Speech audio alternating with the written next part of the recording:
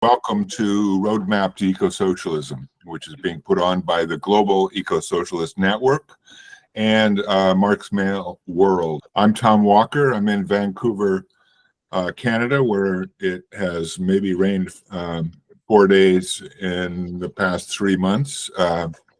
What used to be a rainforest. I'll be the moderator for today. So, not in order of their appearance here, I'll just go through some of the credentials of the speakers that we've got. Sabrina Fernandes is a Brazilian sociologist and political economist, and head of the research in the Alameda Institute. She is an eco-socialist activist, a member of the Eco-Social Pact of the South. Her research is focused on transition, Latin America, and internationalism. She has written on the need for an internationalist just transition that doesn't simply transfer the burden of the green transition to the periphery through the extraction of minerals as raw materials for the low carbon infrastructure of the metropolitan economies. Rehad Desai, who will be leading off our discussion, is a climate justice activist from South Africa, an eco-socialist, who sits on the Global Eco-Socialist Network Steering Committee. He is renowned as a director and producer of internationally acclaimed political documentary films, and I highly recommend some of his films can be found, for example, on YouTube. I highly recommend that you search them out. He will be talking about the impact of global heating on Africa, the need for a deep, just transition, in the intersection with the global just transition. Simon Pirani is a researcher, writer, and lecturer, a lifelong activist in the labor movement, and honorary professor in the School of Modern Languages and Cultures at the University of Durham. His main area of research is the energy transition, with a focus on technologies, social and economic system. He's the author of Burning Up, A Global History of Fossil Fuel Consumption, published by Pluto Press in 2018. And he writes at peoplenature.org blog. Howie Hawkins is a retired Teamster who's been active in the labor, peace, environmental, and social justice movements since the 1960s. He was a participant in the first national organizing meeting of the Green Party of the USA and was the party's candidate for president of the United States in 2020. He's also campaigned as Green Party candidate for governor of New York in 2010, 2014, and 2018. In his 2010 campaign, he introduced the concept of a Green New Deal, calling for socialization of the entire energy sector so that the earnings from fossil fuel could be directed and used for the transition to clean energy. So those are our four speakers. Starting off today will be Rehad, and I'll pass it over to him at this point. I'm from the Global Eco-Socialist Network. By way of introduction, next slide, please. We're really a network of different socialists from around the world that come together to exchange ideas on mainly strategy and tactics, and dealing with the current issues that are facing us as eco-socialists around the world. So please look us up on the net. If you could, we've had 5 centuries of capitalism, and it's brought with it unspeakable horrors meted out to its own people and then those that were colonized. Moving forward, Bob, next slide. People will know who certainly those of you who read this work, Exterminate the Brutes. It speaks to the logic of that past, Sven linguist, a past where millions upon millions were slaughtered in the name of civilization during the expansion of colonialism. Those millions were in the main black and brown people. Moving on, Mark. There's also a great doc that's out by HBO and available on a number of international channels by Raoul Peck. That's also definitely worth a watch if you prefer to watch rather than read. The next slide. People may know this name. He's the man who really gave printed word to social Darwinism, a set of ideas which were powered by the development of racial capitalism. Before I go on, I'm just prefacing my talk, which will deal with strategy and tactics, with a few comments which I think are important to take into account, particularly since most of you in the room are from the States. I mean, sadly, those ideas continue to live on. If you can give the next slide. 30%, 37% of Americans surveyed believe that climate change will bring about apocalyptic events, and that due to your own technological superiority, that part of the world will be the least affected. In short, only minor changes will need to be made. The American way of life can continue despite its unsustainable foundations, and this needs to be defended. I think the Trump, which is essentially the Trump argument. Next slide, please. This is what in large part explains the boom in the main, the prepper and survivalist communities, the far right, which are dominant amongst those communities. It also, next slide please, explains its more left-wing variants, such as the Dark Mountain Project, perhaps another version of catastrophism, which argues civilization has brought us to this point of its own death, working on the ideas of Waldo Emerson. So what is this catastrophism? In short, it's the history of the earth defined by a set of natural catastrophes, whereas the conventional academic wisdom is that of gradualism that sees change happening incrementally. Anybody with a brain can understand today why such views, which base themselves around catalysmic events or doomism, are taking hold. There are deep levels of anxiety, particularly in the global north, or in the Western hemisphere, that are taking hold about our future. While we do not accept the massive loss of life as inevitable as eco-socialists, I think the prospect of 1 billion people dying in the near future is a real one. But where will they most likely, given this big event, where will they be most likely to die? Should we subscribe to the view that the global north will indeed be protected by its technological superiority? In fact, I think we should hold to the opposite view. Those that will be most adversely affected, the opposite view to those, which is the mainstream view, is that those mostly who will be mostly adversely affected will be in the global north. So why do I say that?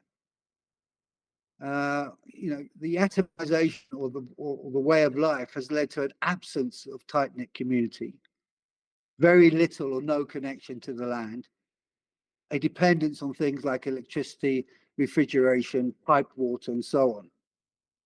It's a dependence on a complex supply chain will be the first thing to collapse, along with the grid. Next slide, please. I think Eric's Klinenberg book, Heat Waves on Chicago, which looks at two separately social distinct communities, is instructive in this regard. Those that are more tightly knit survived far better than those that are atomized. Those of whose existence is premised on high levels of societal independence will be the most likely not to survive. In short, the global north will in all likelihood be the most severely affected by a sharp breakdown. Yes, at present, those who are most vulnerable to extreme weather are in the global south, but the ability among small-scale peasant farmers to adapt is far stronger than those trapped in the cities with very little skills, a set of very focused skills. Why do I preface my talk with such matters? Because it's now become a commonly held view to accept that the climate and ecological crisis will wreak civilization, ending chaos, and that the collateral damage, billions of lives, for the far right, next slide, like its spokesperson, my fellow countryman, Elon Musk. Such events will allow us to course correct, defend the way of life. Next slide. Build bunkers, buy guns. We know, certainly the people in this room, I hope, no one can escape societal breakdown, even the rich. Next slide, please. A softer version comes with, coming off the grid, building autonomous societies. I'm sure many of us in this meeting have entertained such ideas. End the slideshow, please. That is their alternative. Ours seeks to avoid the climate catastrophe and to present another vision, which centers humanity and nature at the front, center, and back of all its considerations, which builds equality through fighting for reforms that protects nature in all its forms as a foundation for our human existence. It's a view that embraces ancient and spiritual knowledge that sees humans as a guardian of our natural environment. And despite the slaughter and death of indigenous peoples, so well catalogued by Sven Lindquist, they and we have managed to hold on to another worldview, a view which seeks to mitigate global heating and use adaptive measures to protect our most vulnerable in our communities from excessive heat and floods. A vision that argues beyond the narrow confines of seeing a just transition as simply an energy transition. A vision that argues socially owned renewable energy is critical for any rapid transition to renewables, and democratic planning is the only way that this can be done. But our call is also for a type of growth that is beneficial for the global majority as opposed to the global elites, not one that simply serves the rich, one that rather sees a deepening of democracy where all our basic needs are met, but in a manner which does not deplete, but rather renews our natural resources. There is a meeting place for eco-socialists with those who have championed the arguments around degrowth. Those among them that understand parts of the world population are living beyond our planetary limits, but also much larger parts of the world are suffering from underconsumption. Let me now speak more to the topic. As humans, our strategy and tactics are grounded in a set of shared principles. Let's recount some of them quickly. As humans, we see ourselves as part of nature, that we belong to nature, and that really our only advantage is that we are the conscious part of it. Connected to this, and nowhere has it become more clearer than in the climate crisis, is that we are all bound to one planet, and that without deep international cooperation, it will be impossible to envisage humanity escaping the threat of the sixth mass extinction, the human-made extinction. I will return to that above, to that point and its implications.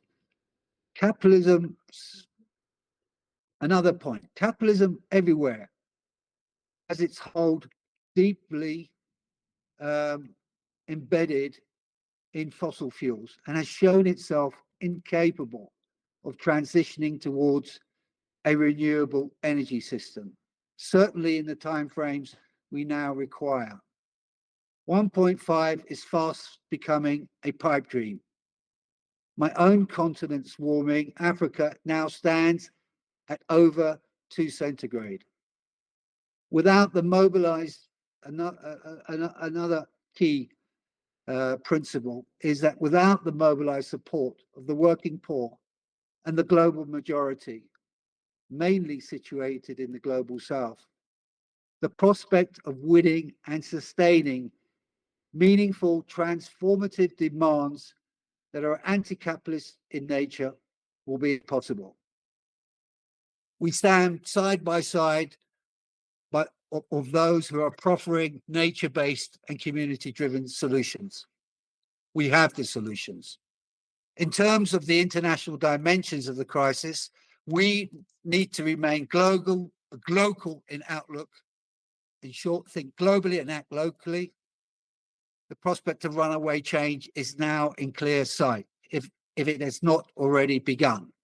Equality is essential for the global just transition, and mitigation, the principle and the principle of common but distinctive responsibility is stands at the heart, is the heart of the UNFCCC framework established in the early 90s, so the Kyoto Protocols, speaks to this very clearly. In short, the Global North bears primary responsibility for its historic emissions and must carry the brunt of that cost to shift to socially owned renewables, and in return, the Global South must grow sustainably and adapt.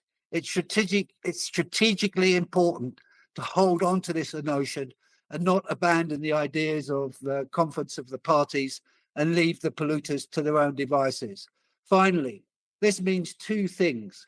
Carbon polluters in countries like my own are calling for more space so they can dig and burn more fossil fuels. There is no more space. There is no alternative but to oppose our own national elites, even though they have not developed the rules of the game. We have to apply the same to the mining of rare earth minerals. These minerals are not rare, and their exploitation must happen across the world in equal measures and be mined responsibly. Green extractivism concentrated in the global south will only exacerbate the vulnerability of small-scale farmers and hamper their ability to adapt. How do we finally build a movement capable of challenging the capitalist class, its array of full solutions to the climate crisis, and instead promote the big systemic solutions in their place? We have to stand with those engaged in direct action and civil disobedience and put flesh to what it means, what a just transition means. We have to stand by workers and communities affected by the declining fortunes of the fossil fuel industry, but oppose the tunnel vision of trade union leaders who argue against a just transition based on the narrow defense of jobs. We need to stand behind every fight that supports small-scale farming and promote agroecological farming. We must expose ag as part of the problem. We need to defend the social wage, free education, healthcare, community centres, public libraries. And remember, these are all air-conditioned spaces in the main and can be used when we need. And we must never forget the best forms of our resilience to the climate crisis are building tight-knit communities who know each other. We must oppose all the full solution. Carbon taxes on fuel are not part of the solution. They are part of the problem. We have to stand with working people who are made to pay for the crisis in this manner. We have to fight for free public transport, electric buses as the alternative.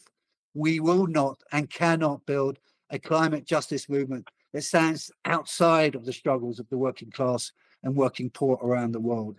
We argue against those that see identity politics, in this case, individual life choices, individual carbon footprints as a solution, and point to the need for systemic change that can take us away from the abyss that we all now face.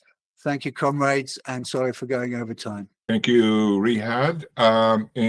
Next up, we have Howie Hawkins. Thank you. I'm going to talk about the American Green Party's Eco-Socialist Green New Deal as a transitional program or a roadmap to an eco-socialist society, and how the Green New Deal debate in the U.S. has developed and broken into three camps with different approaches: a New Deal liberal or Keynesian approach, a neoliberal approach, and the eco-socialist approach.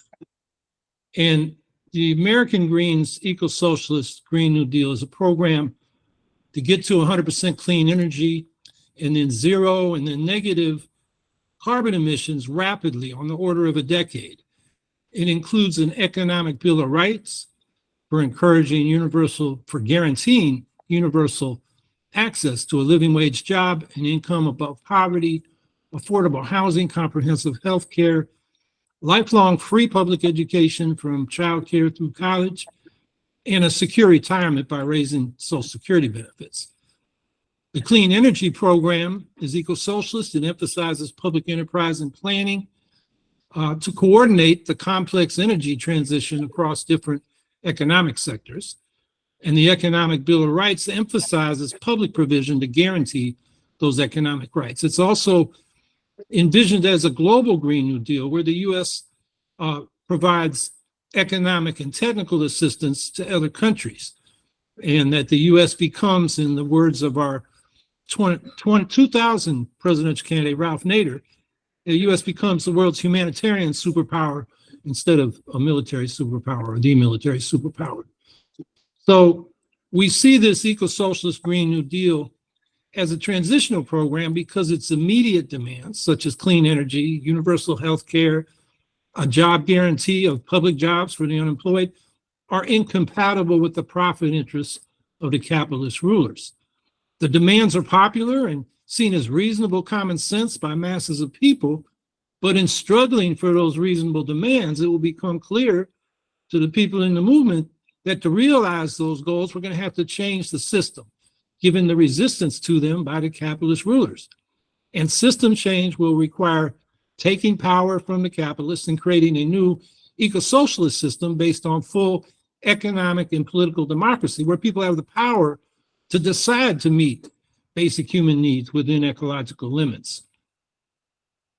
So, the basic approach of this Green New Deal has been at the center of American green politics, going back to the 80s, where economic and environmental justice was, the center of our politics, but we just didn't call it a Green New Deal really until the last 15 years.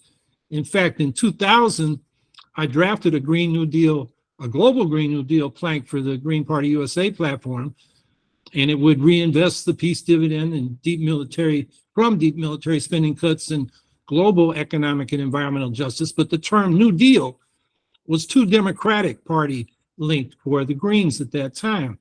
So we called this program the Global Green Deal. It was when the recession in 2007 and 8 came that the British Greens first started talking about a Green New Deal. And the basic idea was to address both the economic and climate crises through massive public investment in carbon-free energy systems that would stimulate a depressed economy while addressing the climate crisis. And the next year, the European Greens made Green New Deal their slogan and theme for their 2009 Euro Parliament election campaign. And ironically, the European Greens have since rebranded their Green New Deal as a global Green Deal, as we did in 2000. But, you know, the basic idea of combining economic and environmental justice remains.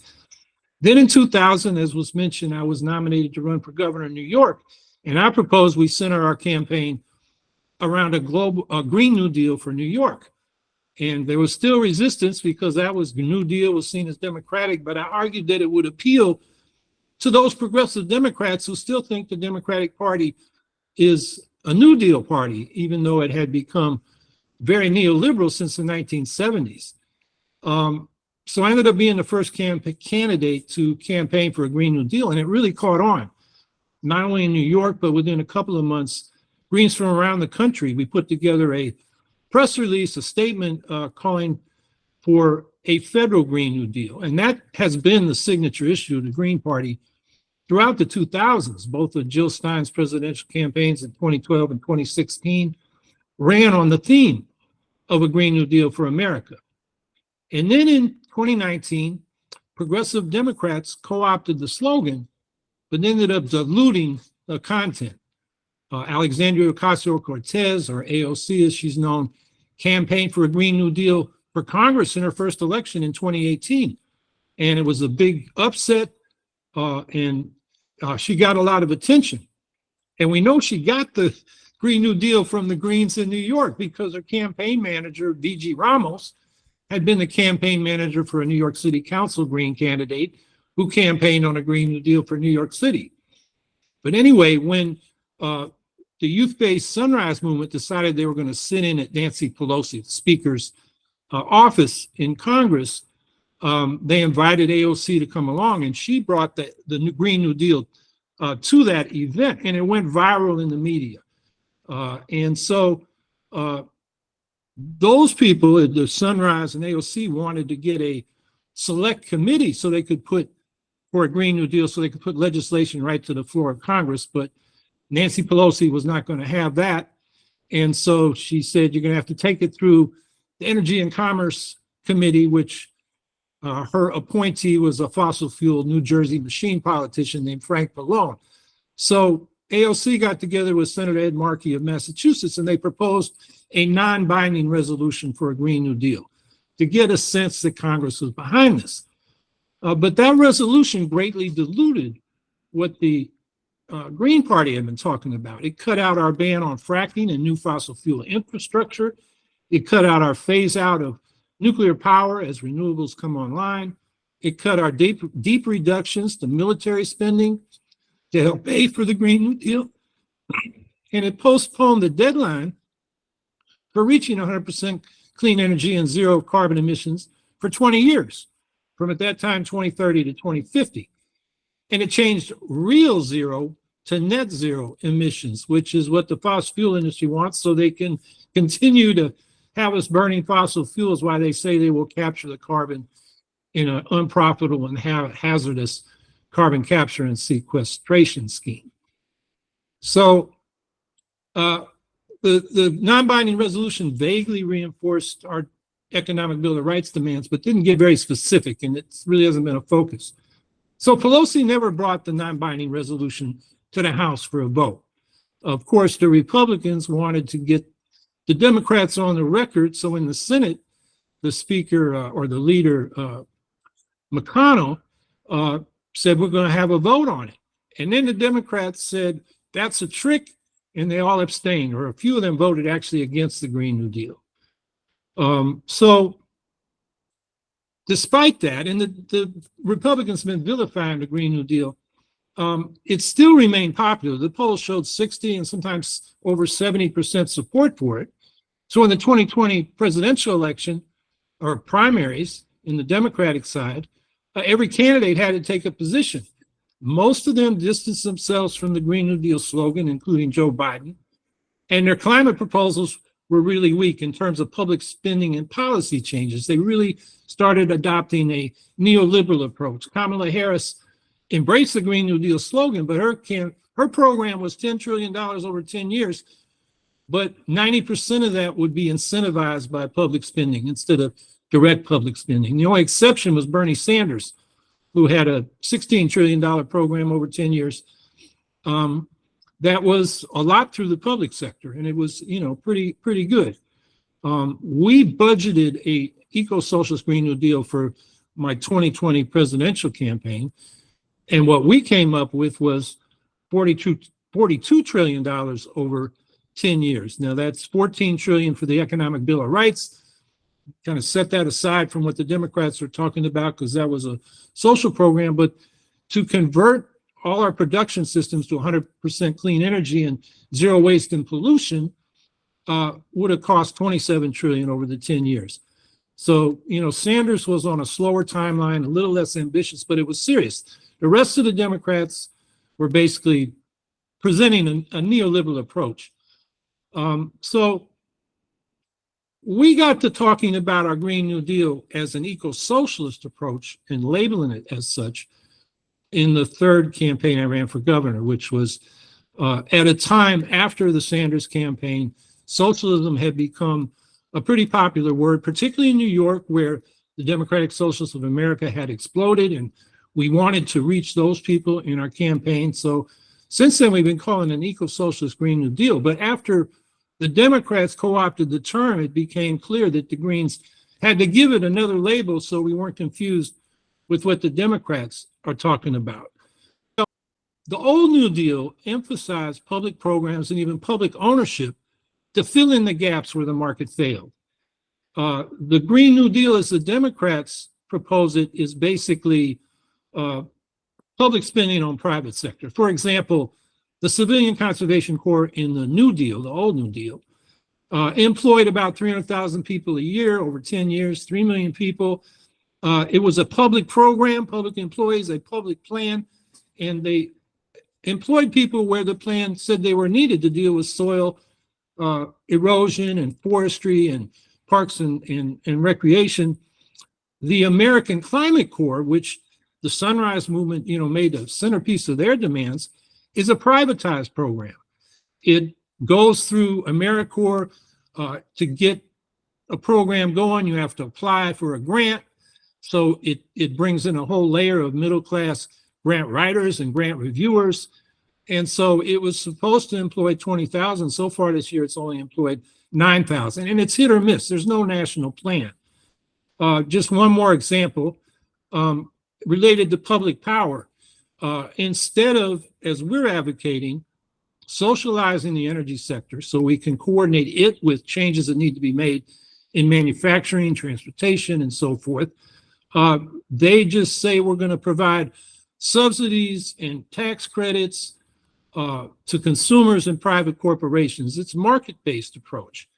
And I'm going to give you one example which kind of illustrates how this neoliberalism has infiltrated even nominally socialist groups. We had a bill in New York called the New York Utility Democracy Act, which would have socialized the electric power distribution utilities under democratically elected local boards.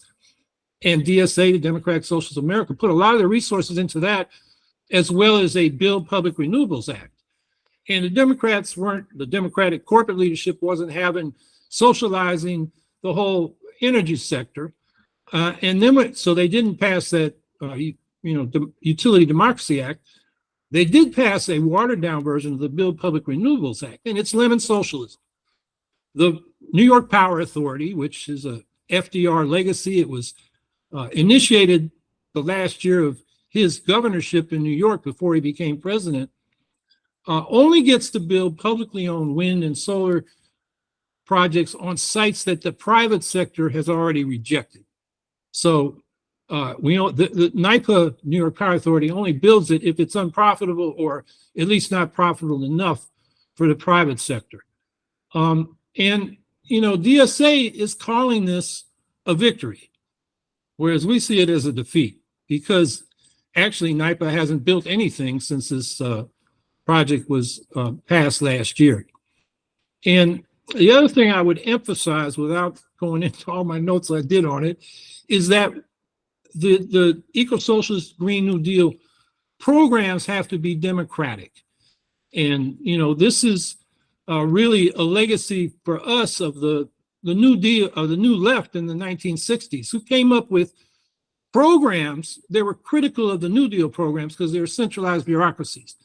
And the people that were being served had no voice. So they came up with, for example, in healthcare, a national health service. Ron Dellums carried that bill from 1977 till 1997, which provided for locally elected boards, worker and community control of a fully socialized healthcare system, not just national health insurance, what we call Medicare for all. It socializes the payment system, but this socializes all the healthcare assets and democratizes them. Same thing with public power. When the Arab oil boycott happened, the old New Deal Democrats were saying we should nationalize the oil industry. And the New Deal, the New Left activists came up with a democratized public energy system based on locally elected boards that federated from the local level on up. And that is really central to what we're trying to do, because we want to give people the power to actually implement things. You can have state ownership of stuff. I mean, people that call that socialism, they should call Saudi Arabia socialist, because Aramco owns their oil fields and their oil production. So just to sum up, I guess I'm running out of time. You know, so I'm arguing that the Eco-Socialist Green New Deal is a transitional program or a roadmap to a fully socialist, eco-socialist society, because it addresses immediate crises of climate and poverty and precarity that masses of people are concerned about. And those immediate demands and programs are reasonable to masses of people, but they're not reasonable to the profitable functioning of capitalism and to the capitalists. So building support for these movements brings movements into conflict with the system itself. And that will require taking power. So, you know, I'm arguing that this Eco-Socialist Green New Deal is a roadmap for building the popular power we need to create an eco-socialist society. Thank you so much, Howie. And next up, we have Simon Pirani. Yeah, hello, and thank you very much for inviting me to speak.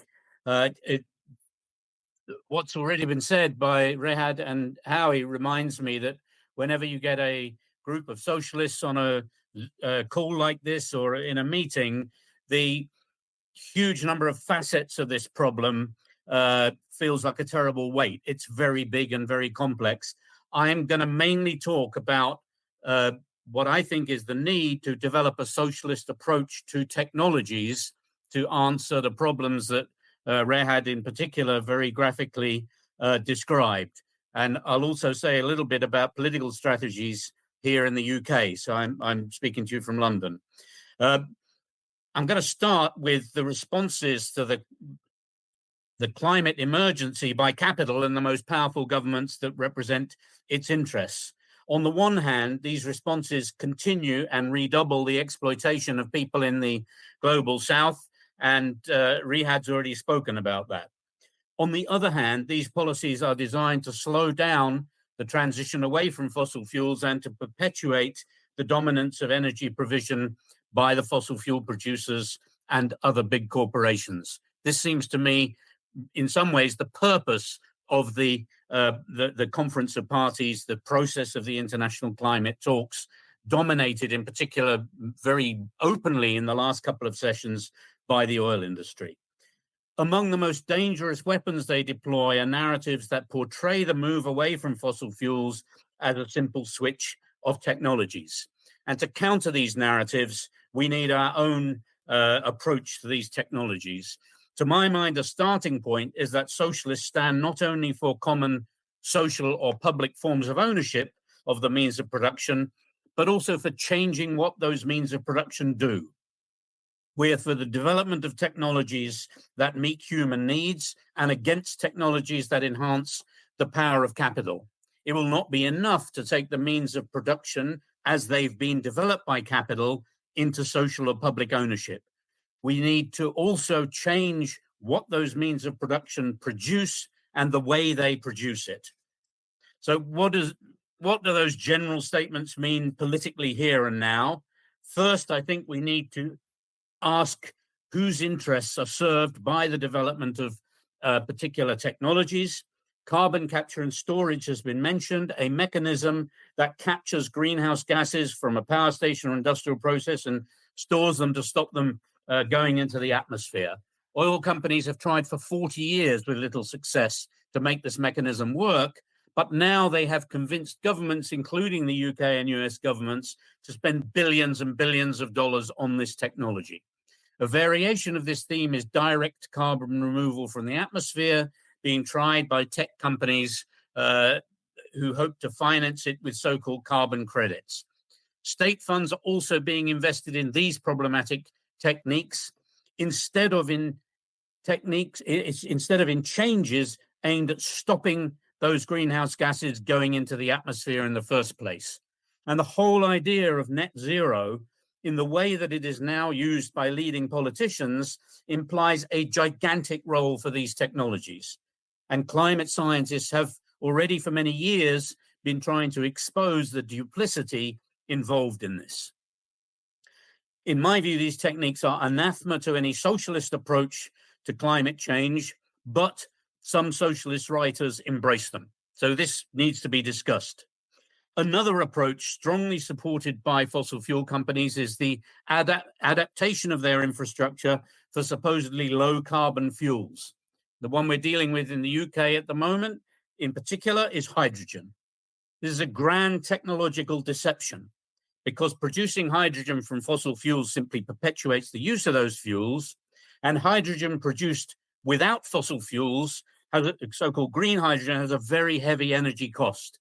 And in any rational or planned system would play only a secondary or third-rate role behind genuinely zero carbon technologies. And again, governments are pouring money into hydrogen rather than into genuine zero carbon technologies. And a huge machinery of disinformation has been mobilized to greenwash this. The climate scientists, the campaign organizations have been doing their best to rebut it. We need to go further, not only to reject the greenwash, but also to develop a coherent socialist approach to technologies. And I want to suggest some starting points with specific reference to tackling climate change, which is far from the only expression of the rupture between humans and nature caused by capitalism, but it is the biggest and most urgent one. The fossil fuels that are the main cause, burning those fuels are the main cause of climate change. Those fuels are consumed by and through big technological systems. I mean, electricity systems, transport systems, built environments, industrial, agricultural, military systems. These technological systems, of course, are embedded in the social and economic systems under which we live. Fossil fuel use needs to be reduced to zero in the next few decades, which will mean transforming all these systems. And I believe that we as socialists need to address what that means in terms of technological systems as well as in terms of social and economic systems. And it's useful analytically to break down exactly how fossil fuel use can be cut. And essentially, thinking about technologies, there are three ways to do it. The first is to reduce the final use of energy by doing things differently. This is not about individuals tightening their belts, which of course the right wing is certainly here in Europe trying to say that climate policies inevitably mean that working people have to suffer. The opposite is true. It's about systems working better with less. A very good example somebody's put in the chat about public transport. Cities with more public transport and fewer cars are not only more socially equal and more healthy and less polluted, they also produce far fewer greenhouse gases. Replacing cars with public transport gets people where they want to go in a better way, using less and potentially no fossil fuels. Now, there are plenty of other examples of how final use of energy can be cut, from cutting waste in construction and industries to reducing the throughput of needless junk. McDonald's 1 billion plastic toys that they make each year to give away with the meals is always a good example that I use. The luxury jets, the military jets, make your own list.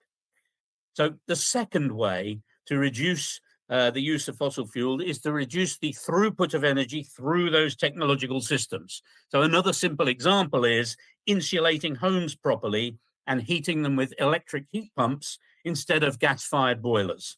This keeps people just as warm with about 1/5 of the amount of energy going through the system.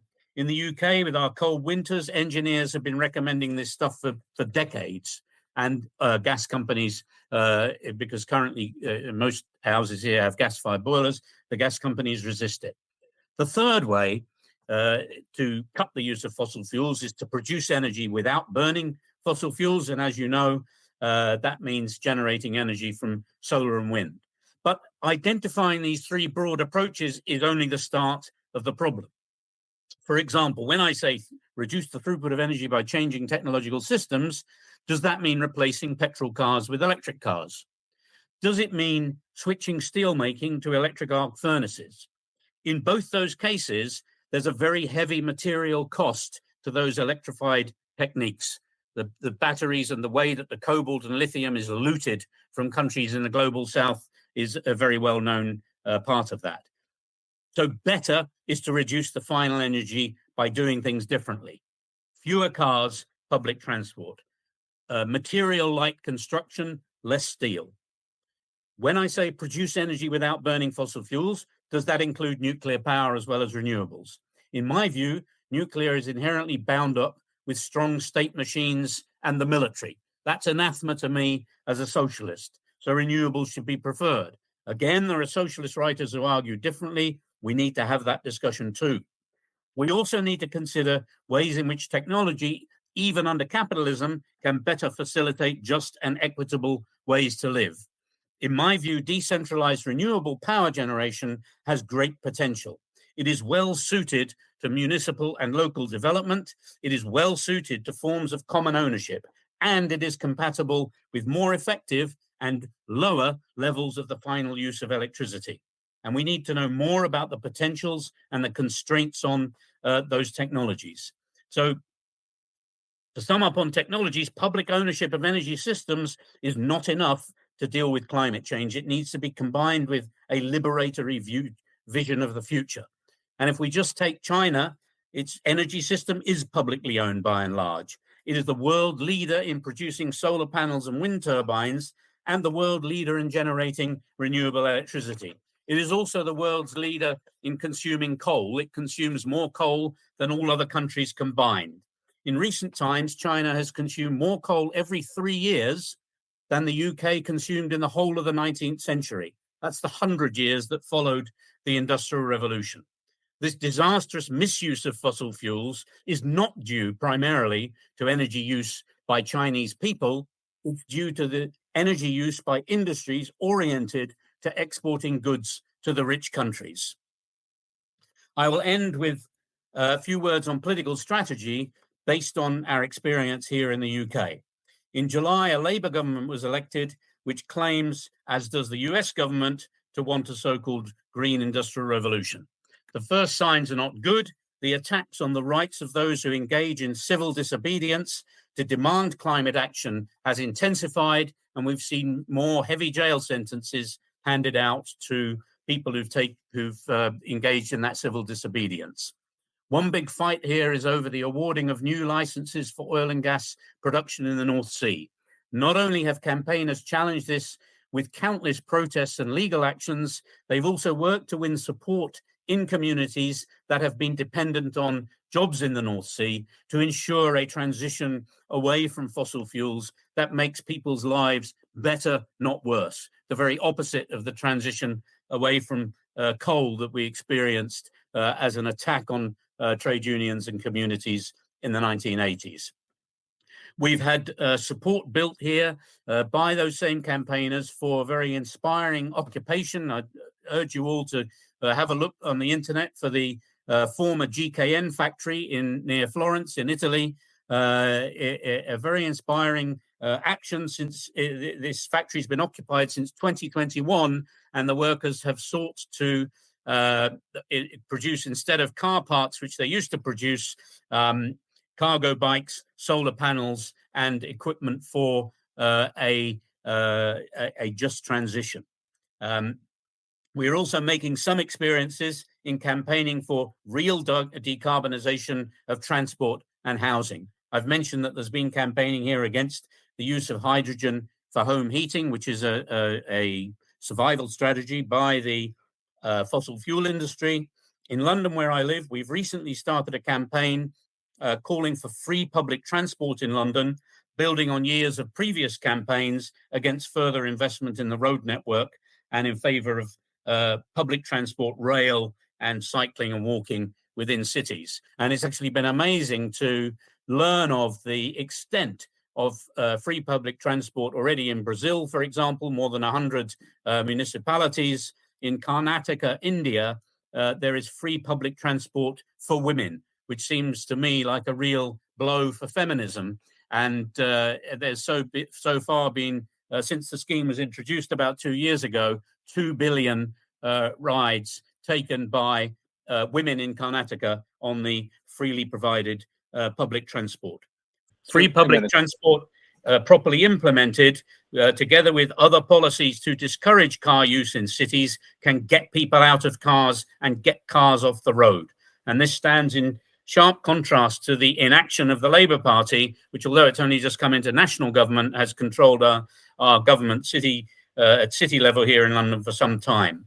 And the reason I really like this demand for free public transport is that it emphasizes that effective action on climate and on social justice can and must go hand in hand.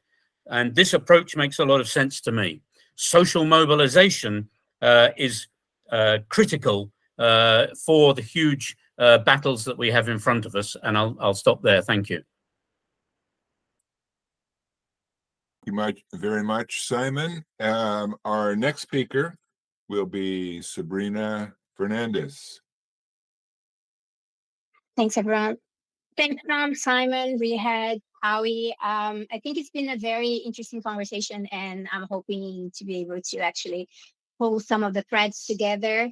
But I'd like to begin by giving you a little bit of a context. It wasn't exactly my plan for today, because I'm going to talk about green colonialism, some contradictions around the transition, especially the energy transition. So I think I can pick up on some of the points that Simon brought up. But I also want to mention some of the context that we're having here in Brazil. I'm right now located in São Paulo. We have a fire going on that we could call more generically wildfire in about 60% of the Brazilian territory right now in terms of the biomes. So it's not just the Amazon. It's usually the Amazon that people talk about because it's the most famous biome. It connects 9 national states in South America, but it's actually throughout the entire country. And you might remember that we're now in September, but just in May, we had a huge flooding episode in the country, in the south of the country, where we had about 2 million people internally displaced. We had an entire state of Brazil basically underwater, people without electricity, without housing. So there was a huge humanitarian crisis happening right now. And the Brazilian government, that right now it's a progressive government under Lula. Lula came back for his 3rd mandate. So we're happy that this is happening under a progressive government, because if you were under Bolsonaro right now, like we were in the past years, we know that the situation will be way worse. However, what we're witnessing is also the limits of this center-left approach of class conciliation, class negotiation, where we're not really dealing with grabbing power to make changes happen. And this means that conversations around environmentalism and maybe the energy transition or an ecological transition as something a little bit broader tend to get completely appropriated in the conversation through this market commodity approach. So I'm part of this organization here in Latin America called the Ecosocial Pact of the South, the Ecosocial and Intercultural Pact of the South. And some of the things that have been developed through the platform are present in many countries, so not just Brazil, but like there's people in Colombia and Argentina and Chile, Mexico, Bolivia, and so on, is this understanding that we're going through a process right now where there's a decarbonization consensus. And Breno Bringel and Maricela Svampa talk about it as a way of showing that the debate on transition, the debate on climate, the debate on emissions is actually spilling over to a lot of the political camp that did not discuss it before, that were just so focused on fossil fuels.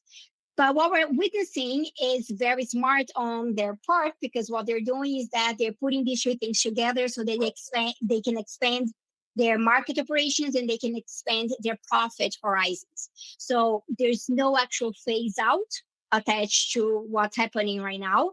The conversation around phasing out fossil fuels is usually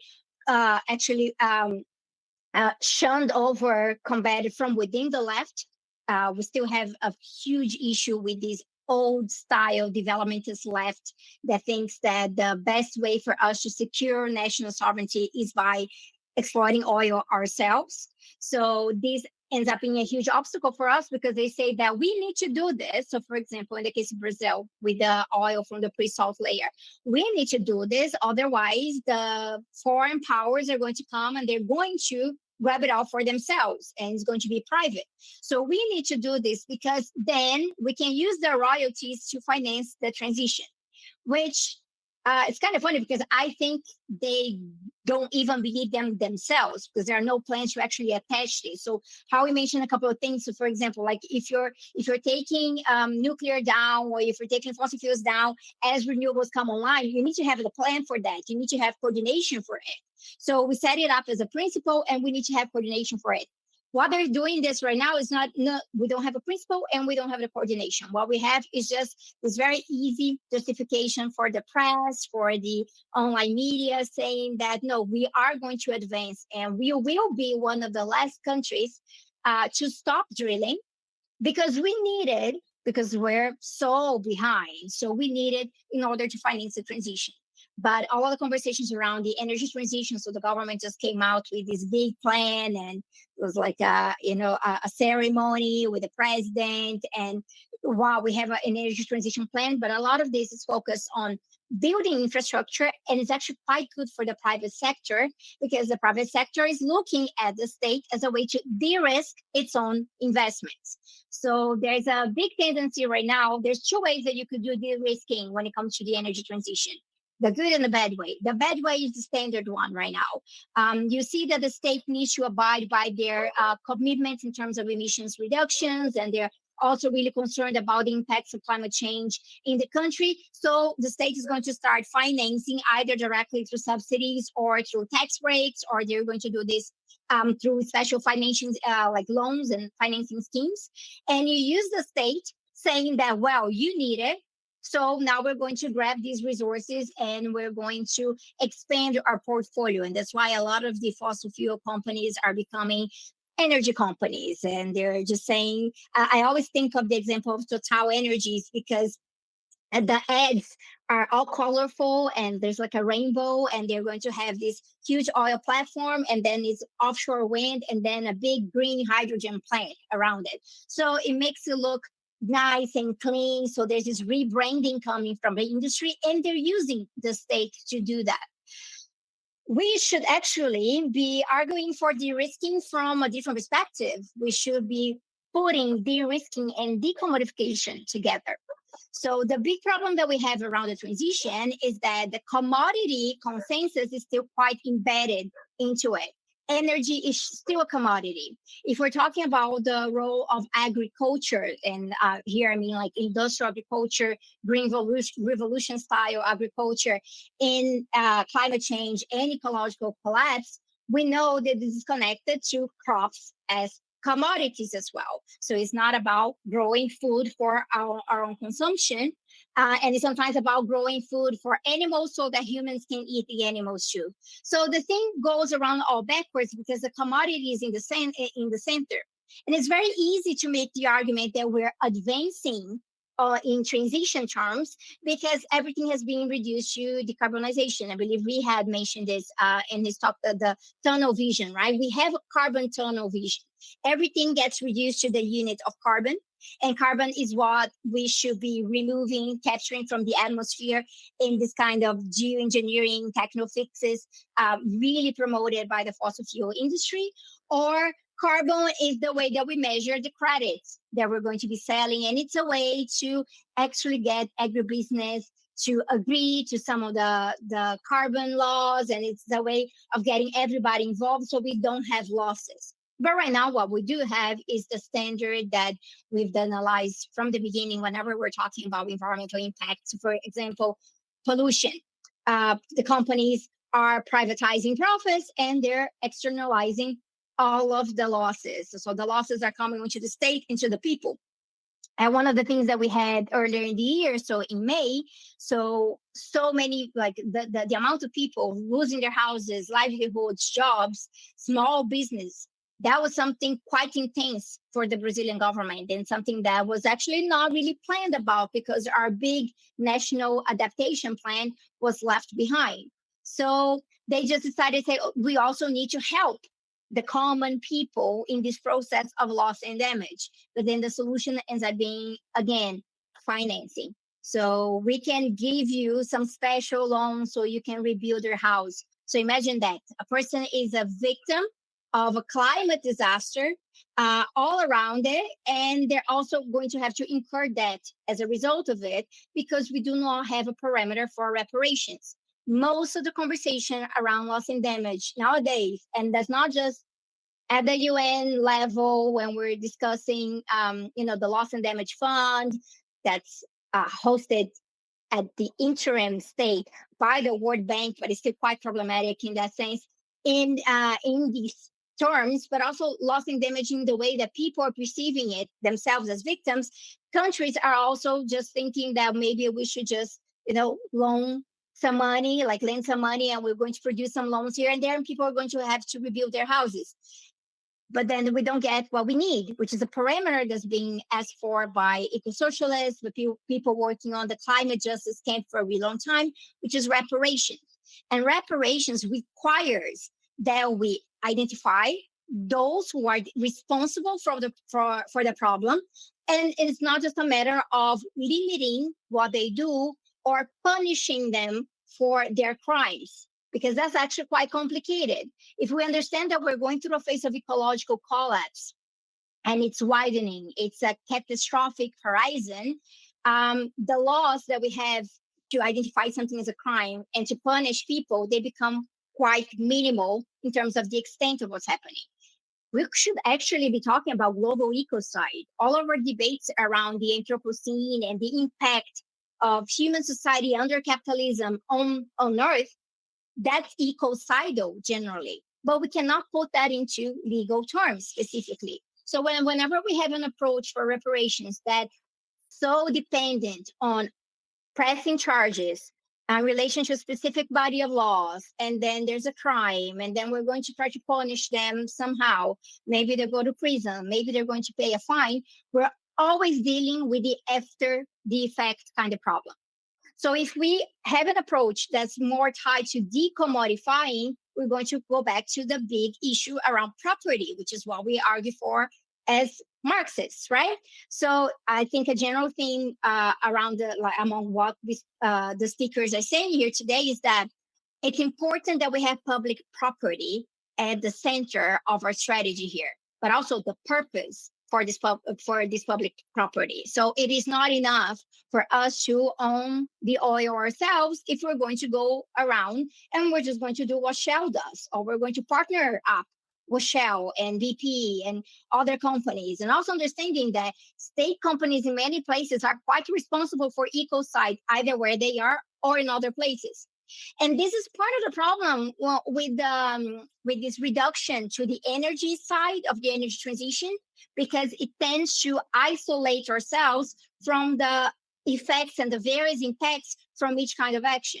Because we do know that when we're mining for minerals that are strategic to electrify the electricity, the energy grid somewhere else, and we need to do this through renewables, we know it's important to go after these minerals. But the way that we do it really does matter, because we don't want to ensure a transition in one place at a cost, at the expense of the livelihoods of people somewhere else. And this is why the concept here of the sacrifice zone is quite important. It is a term that's being mobilized by social movements in many different areas, but in Latin America, around extractivism is actually quite strong. For example, in Chile, communities started demanding to be recognized as sacrifice zones, to the point that this became an official thing, right? So there's state recognition that mining leads to a sacrifice zone. But now we're moving to a stage of green sacrifice zones, because we're actually not coordinating throughout the supply chain.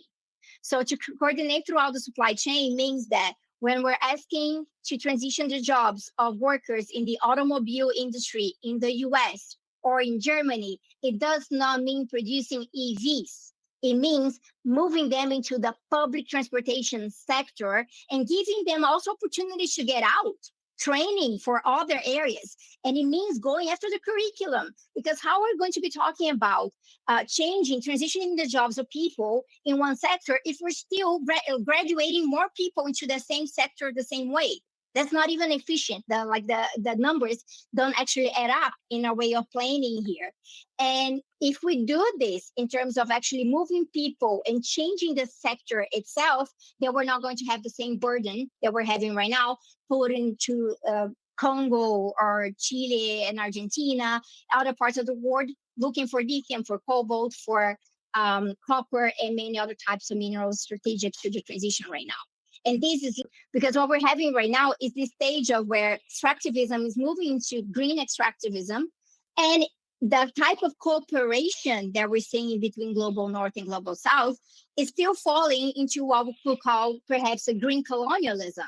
Because, for example, what Simon brought up around green hydrogen, there's all of these green hydrogen hubs where, you know, this ministry in Germany or in France, and they're partnering up with organizations in the global south.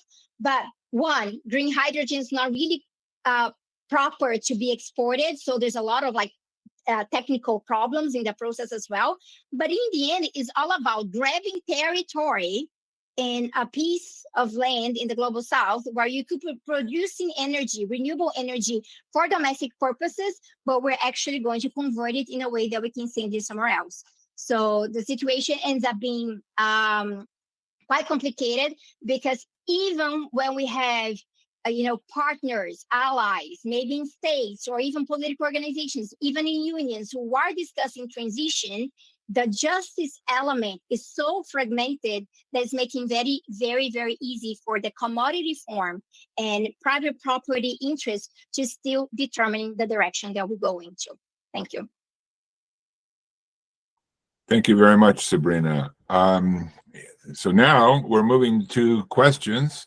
And do we have any questions?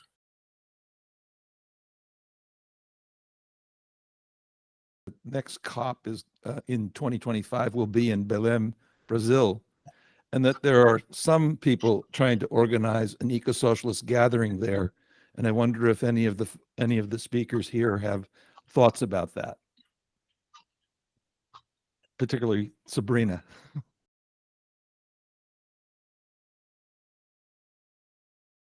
Okay.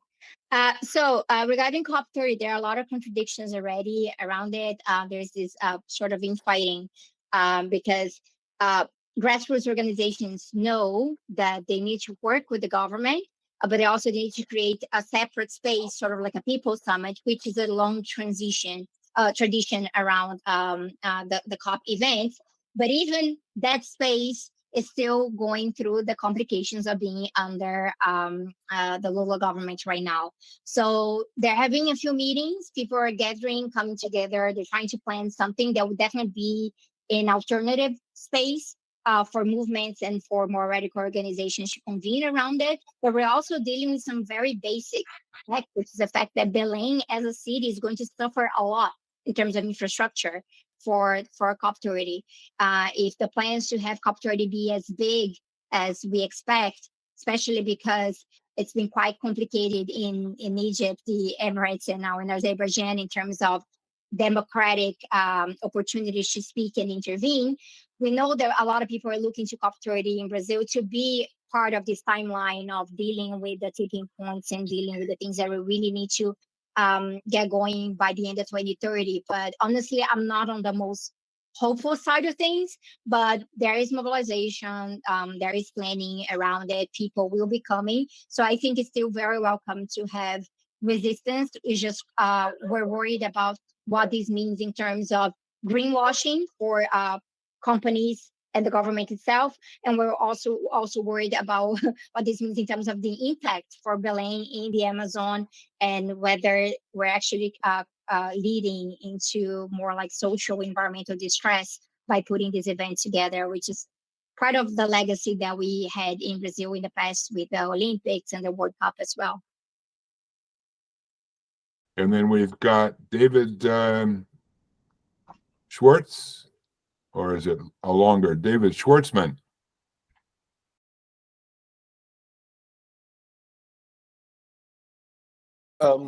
Thanks to all four panelists for really great presentations. I happen to be a climate scientist. I'm very concerned about the breaching of the 1.5 degrees centigrade warming target. And I think you all know that this has already been exceeded in the last couple of years, but it will take probably several decades to actually bring on the tipping points that will, as a result of breaching the 1.5 degree. So I think climate science is telling us that we have to terminate fossil fuels, as Simon Pirani pointed out, in no more than the next 2 decades. And so that brings up a political challenge. I think a prime political challenge to eco-socialists is that to bring about the defeat of fossil capital as the prime obstacle. And not only fossil capital, its militarized agenda, its imperialist agenda, and that would require a very broad coalition on all scales, from local, national, and international. So what is controversial, I know, among eco-socialists is whether this coalition should include other sectors of capital, because it has to begin under capitalism. We don't have time to imagine that we're going to have eco-socialism magically appear in the next 2 decades, to prevent these catastrophic climate events. So I would submit as a question, and Sabrina, of course, brought this up, the extractivist agenda of green capital needs to be challenged. And but I think I would submit that it needs to be part of this very broad coalition to defeat fossil capital first.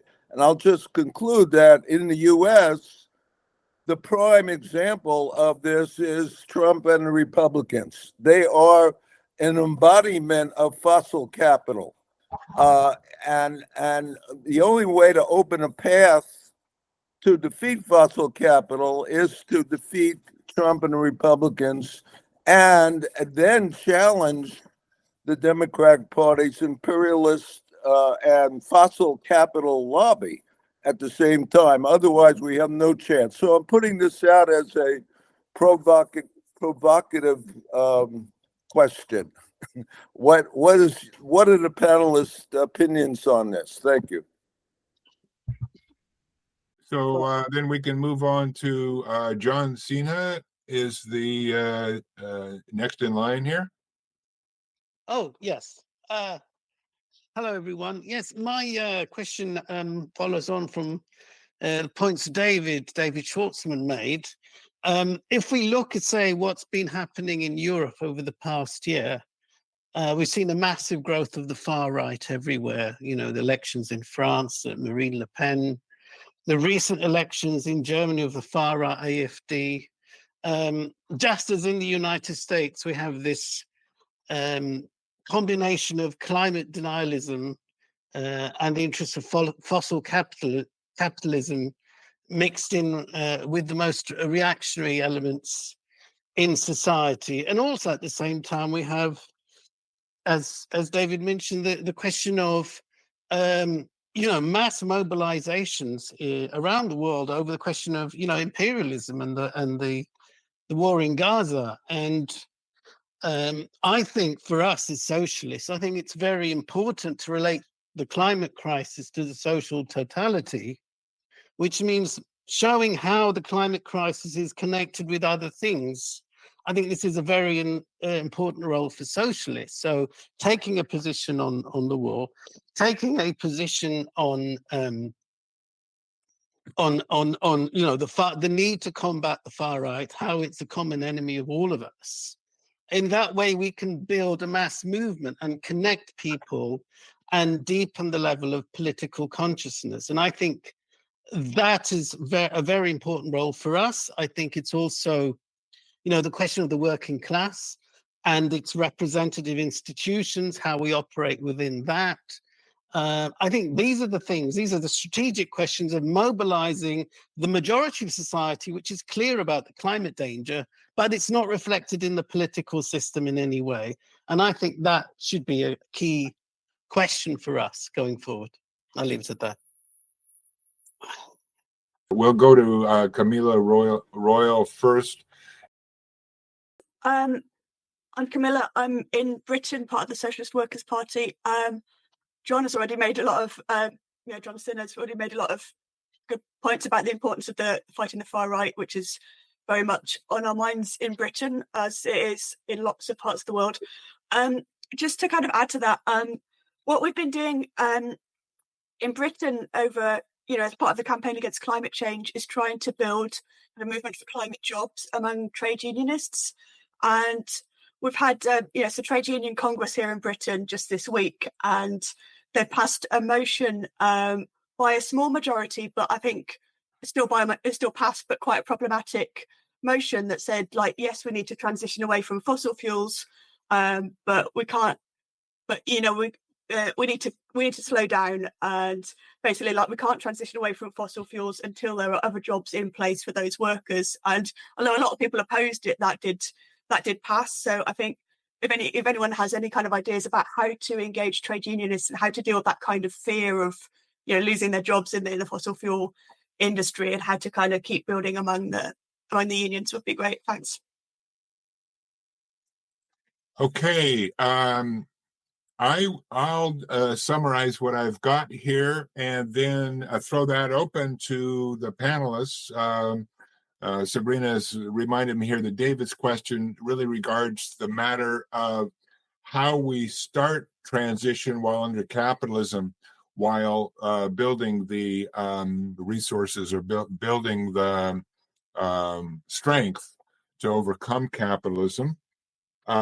These questions really work well together. John Sinha's question is, how do we really focus our conversation on how climate is connected to those other things, such as social domination, social injustice, economic insecurity, so on.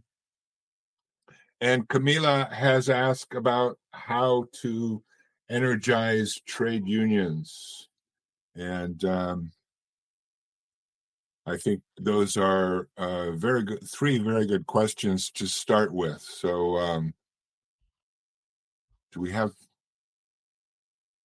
responses from the panel members? coming. Maybe if I could come in quickly on Camilla's point. I think, we have the same problem in South Africa where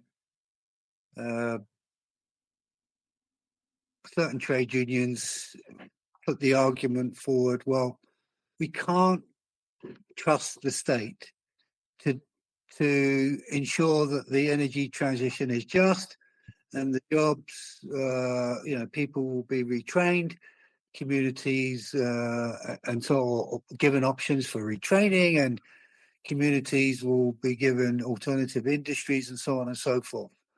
And therefore, and that's apart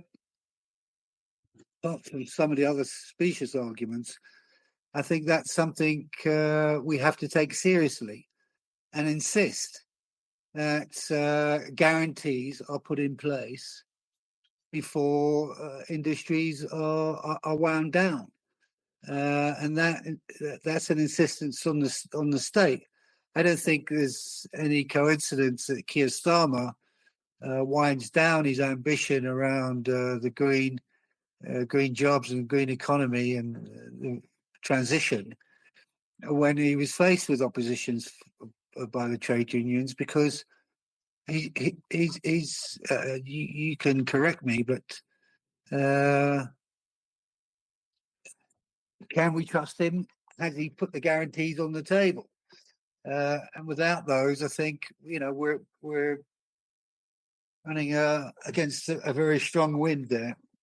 I wouldn't agree just on the question of green capital uniting with other sections of capital that David Schwartzman's taking. I mean, it's only when we can get our own class moving we will be able to get other classes to tail behind us.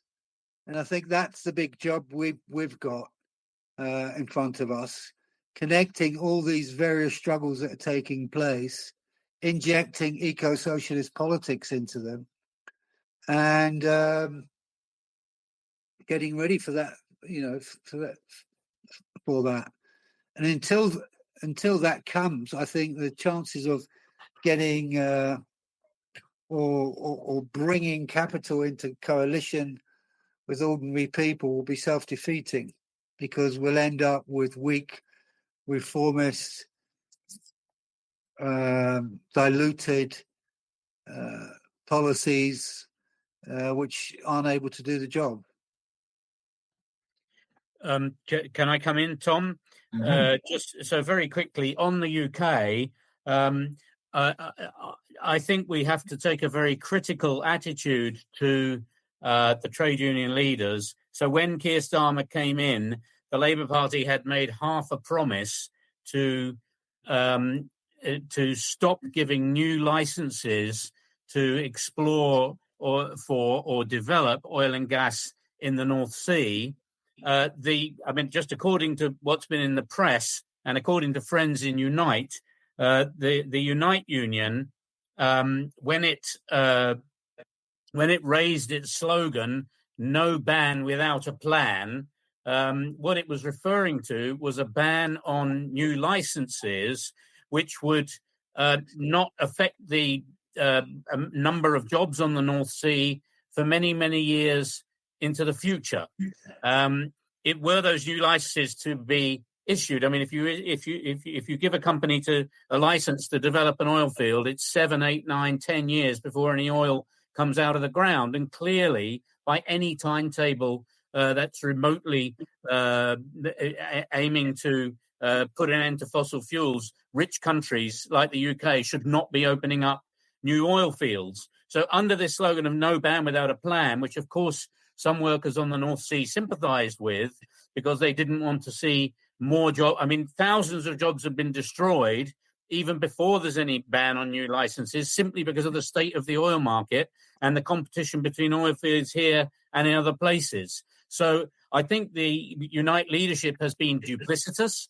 I think that the rank and file movements in Scotland that have been campaigning for just transition for many years have found themselves in contradiction with that.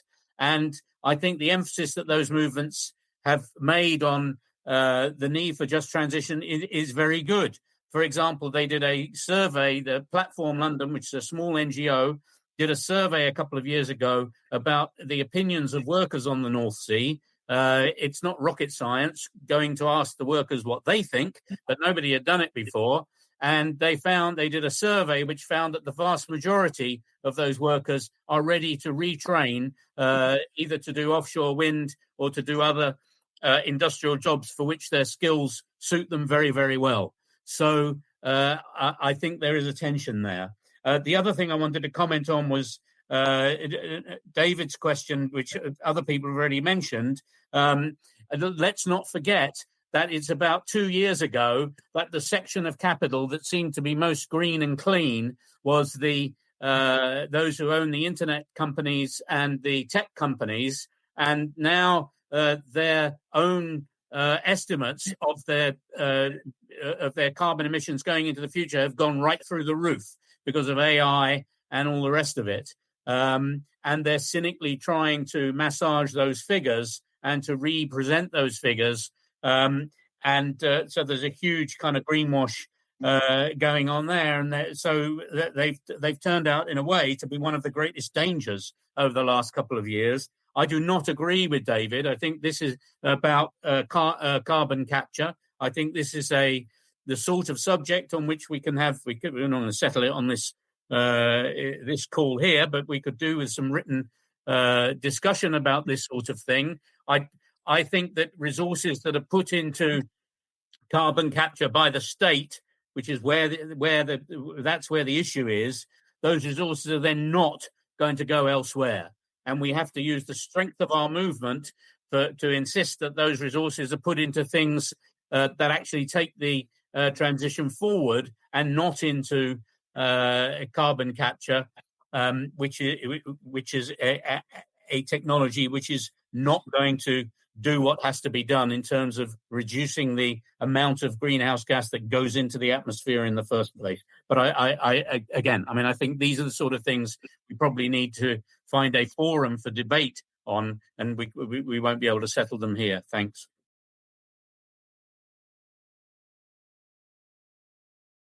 Like two short points. Like one is that when working with unions, I think there's something about working with the union leadership and preparing the union leadership to plan for its own obsolescence. So it's not just about the workers who are unionized, but engaging with the unions, because when we're talking about retraining for other purposes, so not just moving from building conventional engine cars to EVs, but actually going to other sectors, it means that union, as it is today, should no longer exist if the transition is actually effective, if it works out.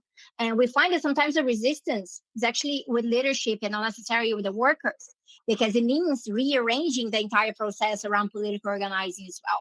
So working with the unions to ensure that they're planning their obsolescence as well, and that this entire process on retraining comes with the jobs guarantee, it's quite key for us to make sure that we're fighting privatization, especially when we're talking about energy, utilities, and big infrastructure.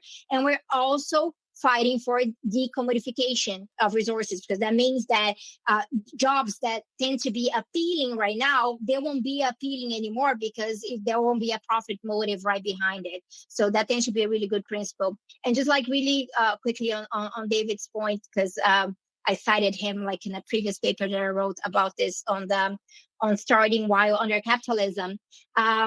We cannot wait. This is a fact. And I think this separates us from other people in socialist camp that think environment comes last.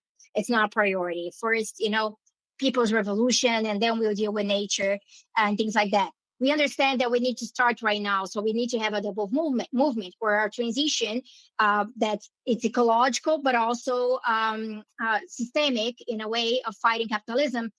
And I think, again, we had three pillars that could be useful here, like having always public first. So all of our approaches should also be to ensure public power, public ownership, decommodifying if you can, and expropriate if necessary. So expropriating if necessary, and I might say might be necessary in many cases, does help to filter out what kind of, green capitalists are just willing to go along with the process, and the ones that we're going to have to confront right on. And this is really important for our strategy. Well, in answer to David, I would first say, who is green capital? I look around the capitalist power structure in the United States, and if you're talking about wind and solar farm producers, they're virulently anti-union, tend to be libertarian like the tech sector. And here in New York, the Build Public Fossil Fuels bill I talked about, they were against allowing the New York Power Authority to build public renewables until they had a first shot at each site. So, and then think about, the Republicans call climate change the Chinese hoax, but what have the Democrats done? Under Biden, drilling on public lands, which he has control over, has increased. Well, there was 50% more drilling for oil and gas under the first 3 years of Biden than under the first 3 years of Trump. And Kamala Harris is making a big deal about how pro-fracking she is. So I just don't see any basis for a coalition there. I look at Capital Wall Street. No, they fund all this stuff. The healthcare sector's big, but Wall Street's got their fingers in there. They've, corporatized healthcare delivery. So I would argue that the best way to fight the far right is with the independent power of the left in elections, so we're not taken for granted. Because if we aren't in there competing, the Democrats are going to take us for granted and move to the right to compete for some of those votes they see on the Republican side. And then, the problem in the U.S. since the 30s with the Popular Front is we haven't had a left. It disappeared as a real distinct, sizable movement because so much of the left, when elections come around, they're doing the trench work for liberal, at best, Democrats. So I just see that as a dead end. I think the way around it is for the Greens to put forward the Green New Deal as a transitional program and build popular support for that and, votes for that and put the pressure, because within the capitalist parties, there are progressive Democrats. I think AOC, Bernie Sanders are people we can work with on issues if we don't agree on electoral strategy. And the Green New Deal includes demands we can work together on. But that is as far as I could see for a coalition, and that's outside the elections. That's between elections. As far as a just transition for workers and working with the trade unions, I've been working on this since Tony Mazzocchi with the Oil, Chemical, Atomic Workers came out with the GI Bill for workers, which is what we now call a just transition. And those are the oil, chemical, and atomic workers. They wanted to transition out of their industry. And, they adopted that. That union's conventions were very democratic and big debates, knockdown, drag out debates. And that's what they decided. So that tells me it's possible. I've been at meetings with unions at, climate conferences where UN people or union people were invited, and I was invited in one case to challenge them. Utility workers union. I've worked, with building trades, and what Sabrina said has been my experience. The tops in these unions, they're just concerned about the jobs their workers have and delivering, what the contracts provide, and they don't want to rock the boat. But what I found in these debates is they also cite, like we had trade adjustment programs when NAFTA passed. And it was supposed to be like a just transition for workers displaced by factories that ran to Mexico. In fact, this region I live in, upstate New York, around Syracuse, had the highest proportion of trade adjustments in that, NAFTA program. And those union people and leaders will tell you they were not sufficient. So they're very skeptical about promises for a just transition. So I think that comes back to the Economic Bill of Rights, a job guarantee, guaranteed comprehensive health care, and so forth. And Sabrina said something else, that the rank and file is a lot more receptive. That's what I've found, particularly in the building trades. You talk to these young guys who are apprentices or journeymen, and they're interested in solar. they're even the Boilermakers. I was talking with them, the leaders say, we like to burn things so we can build these boilers. But the tradesmen or the people learning the trade, they were interested in applying their skills to other parts of energy production. So I think, a rank and file approach when you get resistance in the unions is the way to go. Howard Ehrman, you have a question. Yeah, good afternoon, everybody. It's good to see some familiar faces, including Howie and David. So I'm sitting here in Little Village. It's the second largest Mexican-American community in the United States, 1 mile from where the largest coal power plant was in our country in a big city until after 14 years, we closed it. The development of a mass movement to close that coal power plant was not based on a lot of what I've heard us talking about, even though everybody is saying important stuff, particularly Sabrina and Simon.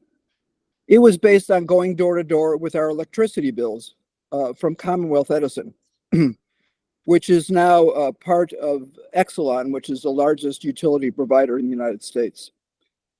I think we have to take certain things in particular that Simon and Sabrina said and really concretize them. The dominant overall paradigm in the United States, particularly since the 1970 Earth Day, when the green capitalists totally captured power on the question of energy, on the question of climate change, pushing people like Barry Commoner aside, trying to isolate them, has been that we both flipped the switch from fossil fuels to so-called green energy and individualistic solutions that only the upper middle class and above can afford. The most obvious one is personal electric vehicles. This group really has to come to a consensus that not only do we support the kind of things that Simon said, which is very exciting to hear about, the 131 cities and countries in the world that have free public transit, and of course it should be free electrified public transit. We have to actively oppose personal electric vehicles as a solution, whether it's for the question of green extractionism in the global south, or the question that if the car totally ran on solar energy, you would still not be able to deal with the question of concrete, of parking lots, of excuses to expand highways. Right here where the coal power plant was, there's a proposal by the state of Illinois to literally double the size of a freeway that carries the most number of trucks per mile in the United States with the most number of warehouses next to it.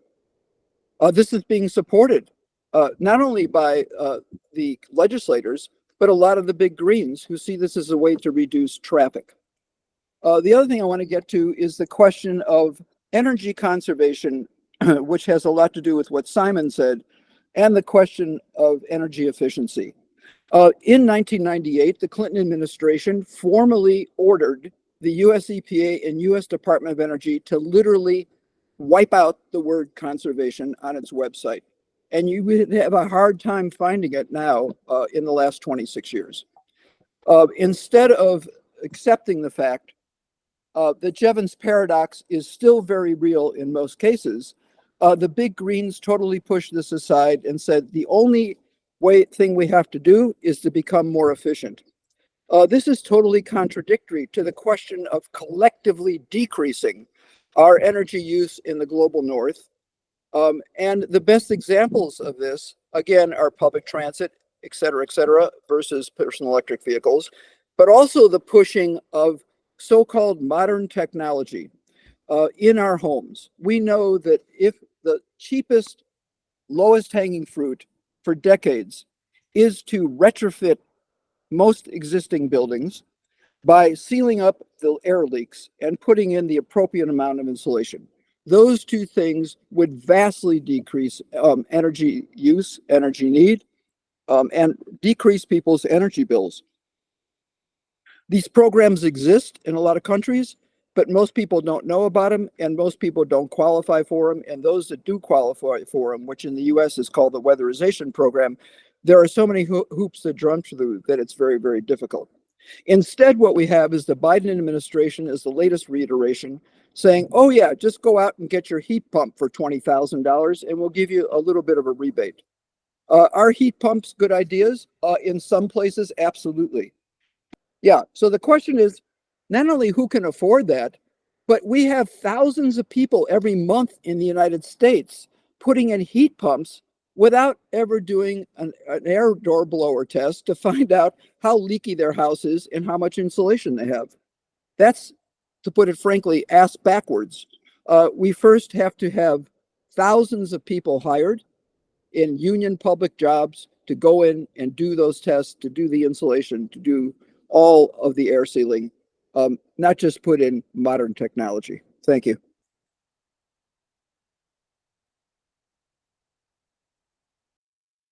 Ted Zuur. That's me. Thank you. Thank you, Tom. Thank you to all of the speakers and the people who've contributed to from the floor also. I think that really we're heading very fast to uncontrollable, not heading, we already have uncontrollable problems, not just the fires Sabrina talked about in Brazil. Look at all the fires all over the Western United States and Canada, the peat fires in Russia and Alaska. We're far beyond the point where we're going to have a simple solution to this problem. I think there are ways we have to act locally, like the campaigns that Simon, Howard just spoke about, Sabrina just spoke about, and we need to identify them for what can we target as to build a movement around. Free public transportation is a great idea. In Colombia, where I live, most of the environmental movement is outside of the cities. It consists of indigenous people. It consists of Afro-Colombian communities. It consists of communities fighting gold mining, legal and illegal logging. It's really a rural and semi-urban movement. The vice president of the country was one of the leaders of that movement, who was elected on an environmental platform along with the local president. We have a left government here, and they said no fracking, no oil exploration, no natural gas. We're shutting it down. And now they've relented, and they're working on natural gas offshore. And this is related to the issue that Simon raised of no ban without a plan. Because this government came into office with no plan. It came into office with a lot of slogans and a lot of opposition to its slogans. And making headway in this struggle here is difficult. But at the end of the day, if everything the environmental movement here wants to do happens here in Colombia, it's not going to solve the global crisis. This is a small country, medium-sized country. And if everything that happens in the UK, where Simon is, happens, it's not going to solve the crisis. So think globally, act locally is not a solution. And we have to act locally, and all those local things have to add up. But we also have to begin to think how to act globally. And that's what I think is good about this meeting. I know the Green parties have international conventions, but I think what is needed is, in every country, the environmental movement needs a brain trust. Intellectuals get together, discuss planning, how to make these transitions, how to make them not using old Stalinist economic planning, but we need eco-socialist planning, environmental and economic. And it needs to be country by country and coordinated internationally. This is not just for pie in the sky, it's for organizing coordinated political campaign. it's what I think is needed. And I think the people here today are among the people who could lead this. So it's my suggestion to Simon and Sabrina and Howie and Rehad, I'm sorry, perdoname. I forgot your first name, Rehad. I'm suggesting to the four of you, what do you think about this idea?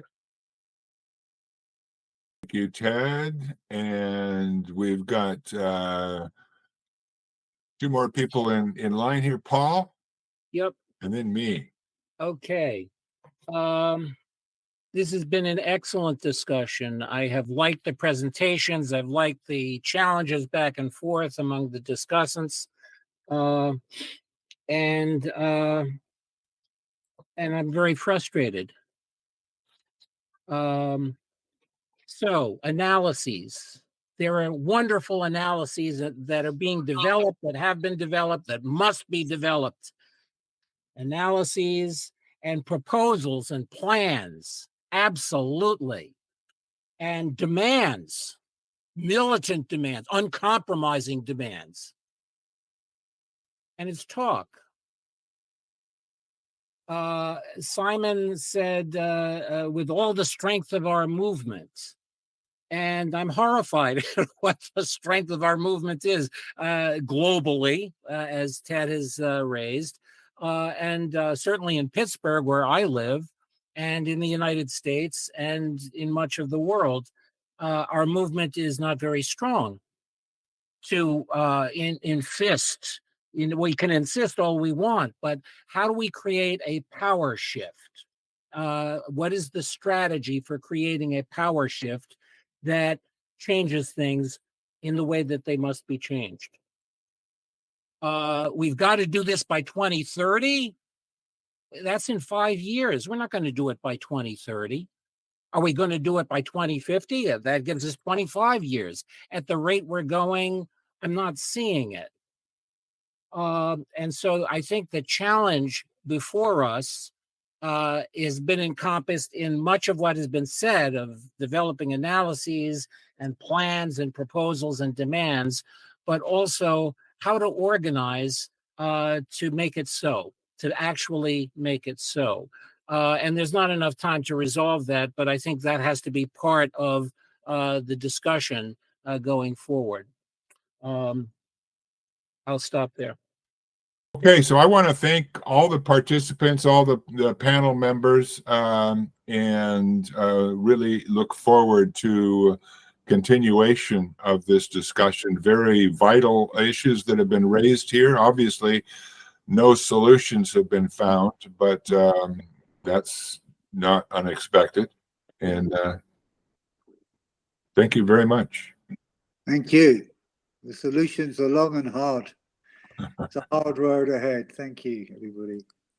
Thank you very much. Thanks, everybody. Thank you all. Talk soon. Bye all. Thank you.